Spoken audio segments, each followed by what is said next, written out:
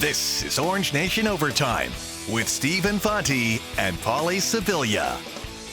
Welcome in Orange Nation Overtime, everyone. Alongside Paulie Scibilia, I'm Steve Infanti. Some news right out of the gate today as we hit the air on Orange Nation this afternoon. The Mets firing manager Carlos Mendoza with the team 13 games below 500, hitting the halfway mark of the season.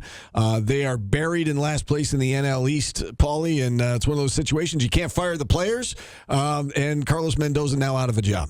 Yeah, and as our guest will say, I wasn't defending the fact that he shouldn't be fired, but there's a lot of problems with the Mets organization right now, and I don't know that firing the manager midseason is going to fix anything. Yeah, and it may not, but you had to do something, right? I mean, given the payroll that they have and given the win-loss record right now, something needed to be done. And so the Mets have decided to fire Carlos Mendoza. We had Jake Brown on our show, a host of Amazing with Jake, and he's very much plugged into the organization, and we let him off with the news, obviously, of Mendoza's firing and whether or not he thought it was the right thing to do and how much blame he deserves as opposed to everybody else within the organization.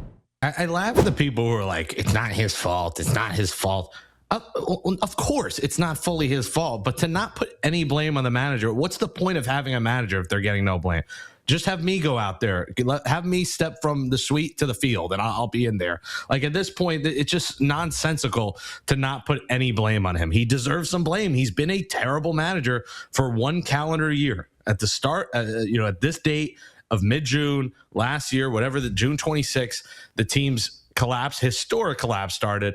And this year they've been, the worst product in sports for $380 million. So it's just comical. I get he's a nice guy. People have relationships with him. The SNY people will say, it's not on him. Yes, because he gave you quotes. He's your guy. I get it. The reality is he had to be fired. He should have been fired after the 12-game losing streak. You could say he should have been fired after that sweep to the Rockies. I was at both games of the doubleheader. It felt like I was at a funeral. You could argue he should have been swept after the series. He should have been fired the series they were swept by the Marlins. Finally here, it seemed like they wanted to get to a certain calendar point, and they hit it halfway. They're 81 games in after last night, and they've hit another new rock bottom after getting embarrassed by the Cubs. So I think there was no other move to be made. And I think part of this, what you see is the reason is because they did not have faith in anyone internally. Andy Green doesn't exactly have you running, down, the road, excited. Like he does not have you that happy. He had 4 bad years as a manager of the Padres, but it's really just to me about accountability. And he had to be fired due to the fact that the team has been incredibly bad. Yeah, I wasn't saying he shouldn't have been fired. I'm just saying to blame him for this mess is a little ridiculous. Like he's going to be the first one to get it. There's other heads should roll for this scenario. Yeah, I mean, David Stearns, GMs don't get fired in season. Like, I understand he's done a poor job, and I'm not saying he hasn't, but people have to be realistic. That search is a lot more extensive than the Mets picking a guy from the front office and throwing him in the manager spot, or if they were to have made Kai Correa the bench coach, or if they were to go to AAA and make Dick Scott the AAA managers, in your parts there in Syracuse, if they made him the manager. Again, I don't think it would have excited many people, naming Dick Scott the manager, who has no major league managing experience. But at this point, you just needed another living body that has experience to replace him and hope for the best. And listen, he deserves some blame. Like there is no accountability. When Mark Vientos does the stupid things he does, and then the next day he does them again, that's on the manager. I don't think he's not the rah-rah guy one, and I'm not saying Andy Green will be, but he's not the kind of guy to instill, the amount of losing streaks they went on, I've never seen in the history of baseball. And we can maybe go to the Elias Sports Bureau. I've never seen anything like the amount, the 8-game, the 12-game, a 7-game, another 7-game. And in the last year, they've had some of the longest losing streaks in the history of the sport, and 100% the longest for a team with a $380 million payroll. So he was putting together losing streaks that you can't even fathom in any level of little league, minor leagues, big leagues, the Globetrotters, anything he was doing. I've never seen anything that bad. So he definitely deserves some blame. But yeah, of course, the roster right now looks like a disaster. Injuries playing a part. If Jorge Polanco was out there, I don't think it would be this bad. offensively, but David Stearns put faith and too much of it into guys like Mark Vientos and Brett Beatty. He should have capitalized on Mark Vientos and trading him after the 2024 season. His value is low now. You might get a living body for him. It's not going to be anything good. Kodai Senga, you'll get a bag of Lay's chips, not sour cream and onion, just regular ones. And then, Freddie Peralta, his stock continues to go down as he's going to be on the block. But, David Stearns, the pressure's on him now. And I wouldn't be shocked if this was a Steve Cohen and not a David Stearns decision. But Stearns' seat certainly is getting hotter, but the people have to realize it's not happening in season. He's definitely on the hot seat, but it won't happen until the offseason if it does. What do you guys do at the trade deadline? Is there, what can they get for who they've got, and who do you think it should be at the top of the list that they should jettison? Yeah, Freddie Peralta is the top of the list. He has been incredibly underwhelming. It's unfortunate because, again, with this team, a bunch of good guys. I mean, this is the good guy Mets, we'll call them. Like, that's who they are. Mendoza, great, good guy. But listen, nice guy. What? Nice guys only win in horseshoes. Is that the saying my dad used to always tell me? Well, the Mets might win horseshoes, but they're not winning baseball games. And, Peralta was like the feature of all those pregame videos that they did, the preseason videos, spring training, and getting guys coffee and making everyone smile. And his smile was infectious. Well, the smile, we turned those frowns upside down or upside down frowns, smiles into clowns, whatever the saying is. When he went out on the mound, he has been completely underwhelming.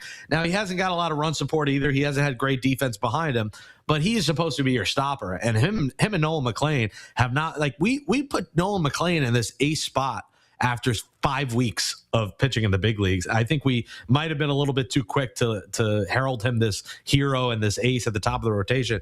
He has looked awful this year, and so has Freddie Peralta. But listen, there's going to be a team that goes for Peralta. The Mets got the number 13th ranked Cubs prospect for David Peterson, who is one of the worst pitchers in the sport this year.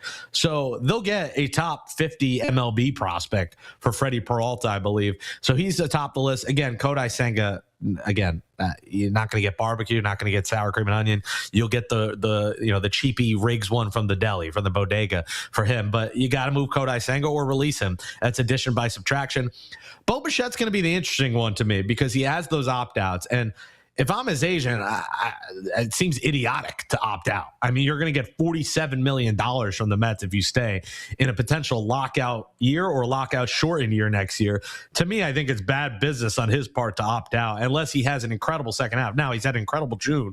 But, like, if he gets to 300 and his numbers end up at 20 and 100, similar to last year, fine. But if they're where they are now, I don't see why he would, but he probably will to try and get longer term security on that contract. So Bo Bichette, I think, could get them someone. The way he's hitting right now, there's no way there wouldn't be a team that, playoff team that wouldn't want to get him. So I go Peralta, Bichette, Senga, and then valuable piece in the Mets bullpen. I mean, Brooks Raley, AJ Minter. Now, I think they'll keep Weaver because he's a 2-year deal. Devin Williams is 3 years, so they're keeping him. But Raley and Minter are both expiring contracts. Two really good lefties out of the bullpen that I think a lot of teams will go for. So those are kind of the 5 names I'm looking. Mark Vientos, if he's not gone, I might have a picket fence outside Citi Field in August. Get this bum off the roster. I'm sick and tired of his Instagram post after going 0 for 72 and smiling because he hit one solo home run. He is an absolute egomaniac loser who is slower than me on the bases. Get this bum off my roster, please.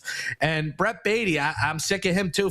We're in year 5 of this guy. I mean, how many strikeouts looking do I got to watch Brett Beatty to give up my Mets fandom at this point? Get him off my roster, but really, Vientos has to go. So Peralta, Bichette, Raley, Minter, Vientos, and Senga. I mean, just get rid of the whole roster at this point. I mean, I'm running out of names. There's too many to list, guys.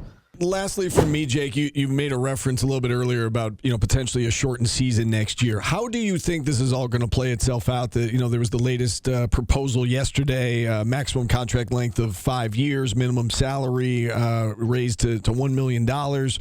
Some things on the table right now. There's talk about a salary cap. What do you make of the current situation, and do you think ultimately there will be a strike next year? I do. I think there will be a lockout. As a fan, listen, I'm all on board for max 5-6 years. I'm all on board getting rid of the qualifying offer. I'm all on board for all these changes. but I'm just a ball guy that lives on Long Island. I don't matter. So, like, what matters is what the players think, and the players are going to hate this. Like, the minimum I think is great. I think players will like that. But, you think guys like, Ohtani's, a bad example, deferral. But listen, why do you think the Dodgers are doing what they're doing? They're able to defer $1 trillion. I mean, their whole roster is basically deferred money. So as a fan, I think you got to love no deferrals. I think that's, or limit deferrals. Like $69 million a year should not be allowed to be deferred. That is essentially cheating. Like, that should not be allowed. And it is allowed. So I'm not saying they're cheating, but I think that's something that has to change. And I do think the 10-year, like, Juan Soto should not be able to get a 15-year deal. I'm sorry. And I think it'll motivate players where they're, on the back of their mind, if you have a slump, there's times where you have a monster deal like that. You're like, I just fed my family, my family's family, my mom, my brother, my kids, their kids, our kids, the cats, the dog. Like, everyone's getting fed when you're getting a 15-year deal and there's no worry in the world. So I actually like some of the proposals, but the players are going to absolutely hate it. And once I read those, I tweeted, like, a lockout is coming. So hopefully there's not, man. Because, listen, as bad as the Mets are, I can't envision a year where there's just no baseball. Now, it'll be probably great for my social life, my mental health, my emotional health, my wallet, less baseball games. I'll find something else to do. Maybe I'll pick up a book. I haven't read a book in many years. So maybe I'll start reading. Maybe I'll learn some words. I'll watch the spelling bee. I'll get smarter. But it would certainly be tough to see. But I do think it's coming. I know you're a big baseball guy, Paulie. Where do you stand with what's going to happen going into next year? Do you think there'll be a lockout? Whose side are you on? The players, the owners? Where do you stand? There probably will be, but I have a feeling the Players Association and not all of the players are on the same page. I think that the high-priced players have one take, and then the average players are more agreeing with the owners. So I don't know how it's going to work out. There'll probably be a stoppage, but I don't think the players are going to come out with the kind of deal they're hoping for. Yeah, and to that point, the latest proposal on the table, which was made yesterday, would put a maximum on contract lengths to 5. So that goes to the superstars you're talking about. They want to sign 8, 9, 10-year deals. The minimum salary would be raised to $1 million. So that goes to your average to below average players that they can make $1 million as a baseline. So we'll have to see how the whole thing plays itself out. In terms of we talked some NBA on the show today as well. We should point out Nate Kings has signed a summer league deal with the Heat in addition to all the other guys with Cuse ties. Malik Brown getting drafted by the Spurs, for instance. He could be playing with Giannis. That's right.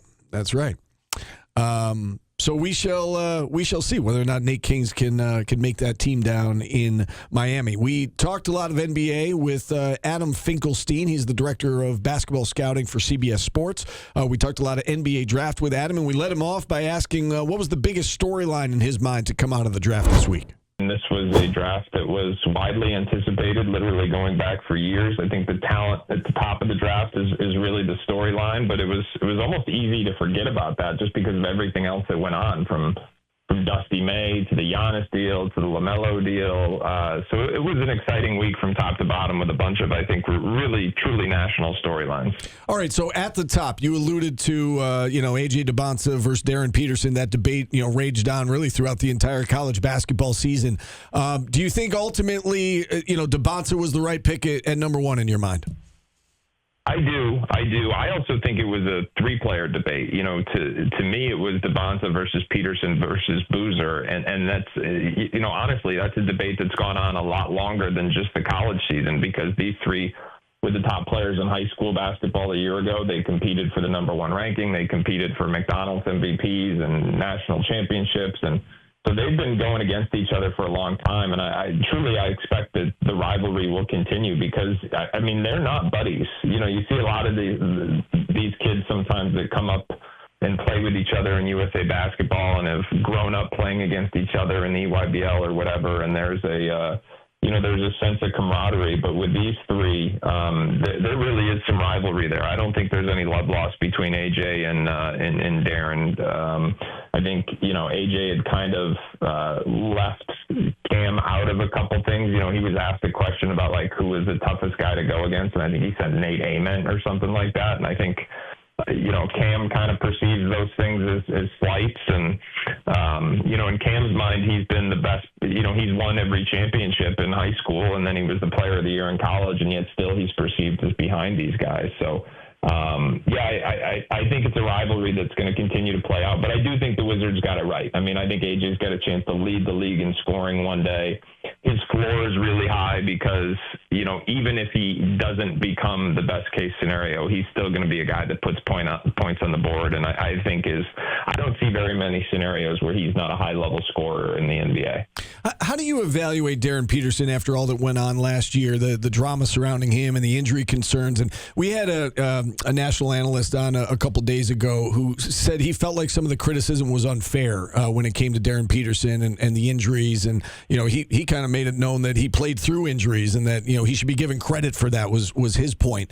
How do you evaluate Darren Peterson and everything that was associated with him this past year?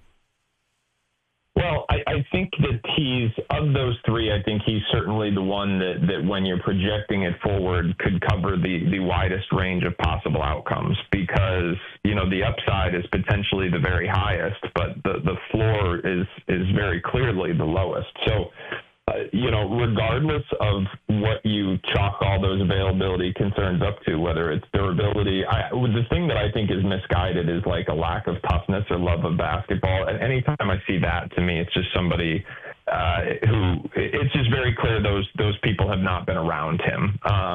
I think there are a couple legitimate concerns. Number one is you can say like, hey, is durability a factor? Like that's real, and in the modern NBA, that's a question you have to ask for everybody. I think the other thing that he said out loud, if you go back to that interview he did with Ramona Shelburne, is that he was like, there was a mental component to this too, where he was very concerned about like cramping up, and he would pull himself out, not because of a lack of toughness, just because this was an 18, 19-year-old kid who had like a real fear of having a health issue in front of thousands of people, and who at one point thought he was having a heart attack and had to be rushed to the hospital. Those are all things he said out loud. And so after he said that, for people to still be talking about like a lack of toughness, I was like, the kid just told you what it was. Now, unfortunately, I think that there was some other stuff in there that was a little less believable, like creatine and stuff, and so I think that kind of was a distraction for the part that was real. And that's like, hey, he's mentally struggling here and really concerned about, is he healthy, and really concerned that something could play out in front of thousands of people. I think that part was very real. I do want to ask you about Henry Vasar, who left North Carolina, had eligibility left, would have really cashed in at the college level with NIL, chose to go into the NBA draft thinking he was, likely going to be a first-round pick, and he slid all the way, toward the later stages of the second round. Do you have a feel for why he slid as much as he did? What was the concern around Henry Vasar?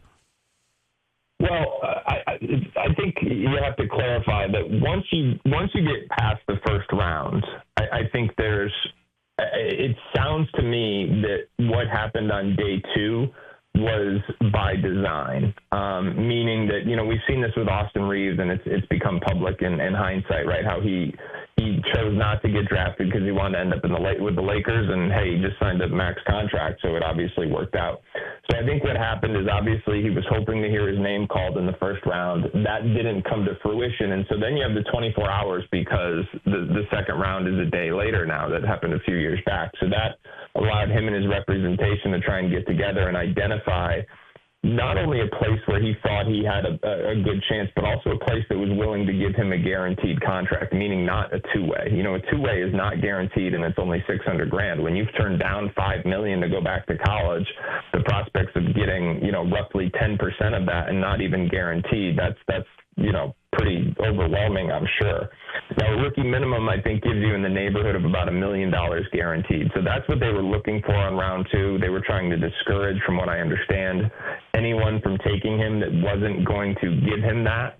And I think that's why you saw him slide as far as he did in round two. And we saw Malik Brown go 44th overall to the Spurs, former Cuse forward who played his last 2 years at Duke. What are the chances in your mind that he sticks on an NBA roster? It's a good question. I mean, I think that defensively, that's clearly where he's going to be most valuable. I can tell you that the Spurs, I know people on the Spurs who have very good relationships with people at Duke, so they took him knowing everything they could possibly know, good, bad, and indifferent. And I think the way they view it is they know he's an NBA defender. They know he's a high-character locker room guy, a good teammate, someone who checks a couple key boxes if you're talking about your 11 through 15 guys on your roster. And let's see if we can give him some type of translatable offensive niche. So I think it's likely that he spends some time with their G League affiliate. I think that's in Austin, seeing if they can develop some part of his offensive game. But his length, his defense, his character, his mobility and athleticism, those are all there. And the other reality is like the Duke role players. Remember how well Sion James did last year in Charlotte. A lot of players transitioning from college to the NBA have to adapt to this scaled down offensive role. And sometimes if you play at a program like Duke, you don't. So Malik Brown already has an understanding of how to maximize possessions and make himself valuable. I just think it's going to be about, is there a way we can force people to guard you when you're on offense? And I think it might be that simple. How about Donnie Freeman? Now he's transferring to St. John's. Where do you see him? What's his NBA future look like? Do you think you think he gets drafted next year, or do you think he's a guy who could stick in the league as well? He's got a shot. I mean, he's always had NBA ready tools. The story with Donnie is he was always kind of this top 25-ish type prospect. And then in the end of his senior year, he went to McDonald's All-American games, and he was so good in practice. But it was a little bit of an outlier performance. I had seen him enough to know that he just had his best day at exactly the right time. All the national evaluators are there, all the NBA scouts are there, and so people get really, really excited about him, including myself. I think we finished with him in the top 15, but other people had him 6 or 7, and that was just an indication that they hadn't seen him play much before then, to be honest with you.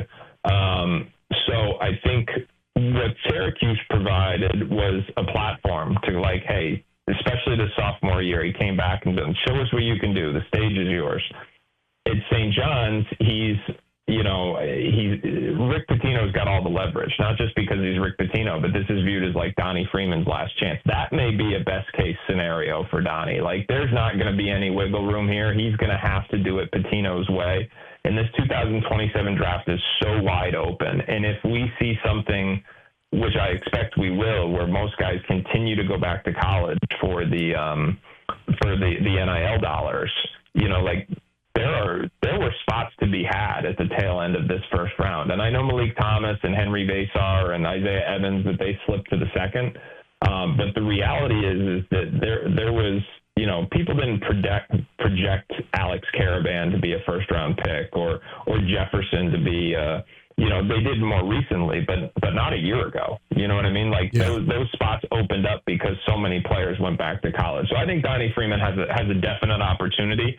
The thing to know about 2027 is it is as deep as it is wide open. So he's got an opportunity, but so do about 50 other guys, and it's all just going to play out here over the course of the next year. Lastly, for me, Adam, I want you to take a look at the Syracuse roster for us. And, they've got some new guys on this roster, as everybody does. Aiden Tobiasen comes in from Temple. He was at the G League Combine. Garway Dual, I know, was on some NBA draft boards as a freshman, and now he's in his 4th year in college. And, last season in college, theoretically, I guess with the 5-for-5, he would have 2 years of eligibility left. Yeah. But they've got some new talent here. I mean, what do you make of the roster top to bottom, and how competitive do you think they'll be under Jerry McNamara here in year 1? So I've said this publicly. I know Syracuse fans haven't always loved it, but I think what you see is a roster that clearly did not have elite buying power, right? I mean, that was a talking point when they were making the hire is that hey, they don't have the resources consistent with a national championship caliber program. From what I understand, the resources have improved. But these guys weren't going out and paying $5 million for a center like a lot of the true national elite programs had to do this year, right? So I think what you saw Jerry McNamara do was be very smart with his money, really emphasize positional size, really emphasize defense. I mean, they are big, particularly in the backcourt. when you've got Doty and Garway Duel, and even Kion's big, and he's gotten stronger. Tobiasen has got good size, but he's got great length. So I think they're going to be very switchable. And I think what you saw here was it's going to be a gradual build for Syracuse just to get the resources where they need to be. And I think GMAC's job is to, as that's happening, is to continue to create optimism with the program. So I think his roster build was really smart here. And this is going to be a year-by-year project where he's got to overachieve relative to his resources and try and get more resources with each passing year to get it back to the point, where it was when he played there. We should also point out Team USA, in case you didn't stay up to watch the end of the game last night. I know you didn't watch the end of the game last night. USA falling to Turkey A, as they're called now, 3-2 on a goal in the final seconds. But it doesn't matter. USA already won its group. Moving on, they knew their opponent. They knew everything going into that game. They will play Bosnia on Wednesday for the right to advance on to the group of 16. Yeah, I need nights that the Padres aren't playing to rest, catch up on sleep, Steve. Okay, so you went to bed early. Yes. Okay, what do you got for us on June 26th? National Coconut Day. You like anything coconut? Coconut water? Coconut? I don't mind coconut flavor, like on pastries or desserts. I've tried coconut water for cramping, and I had an issue with leg cramps. Of course you did. I tried coconut water. I don't really like the taste. What were you doing that you were cramping? Just naturally cramping up? Yeah, I mean, I was working out, and my legs were cramping. Like late at night, I would go to bed or whatever, and Eat a I'd lay banana. down. Drink I know pickle juice. I tried all of that. You did the pickle juice? I didn't try pickle juice, but I did, the extra potassium and all that. And I tried Gatorade? I tried the coconut water and didn't love it. Barcode Day. I don't know what the hell you would do with it. Go scan a barcode while you're at it. National. If you're suspicious of Jell-O, you're probably suspicious of National Chocolate Pudding Day. Yeah, I'm not a pudding guy. Pudding pop? Oh, no, it's not in wood. My God, you're insufferable. National Beautician Day. So while they're doing your makeup at Channel 5, tell them thank Channel you. 5? Or 9, sorry. What did you just say? Oh, sorry, Channel 9. Channel 9, Paulie. This is WSYR+. Do we need to restart it? No, we don't have to restart Do you want to beep that? And National, I blew this one. National Take Your Dog to Work Day. I didn't bring my dog. Oh, Paulie. All right, get out of here. Go see your dog. And I'll say 4 Hail Marys to the use Channel 9 God. Good. Think about what you've done over the weekend. Enjoy the weekend, everybody. From Paulie, I'm Steve. We'll talk to you on Monday.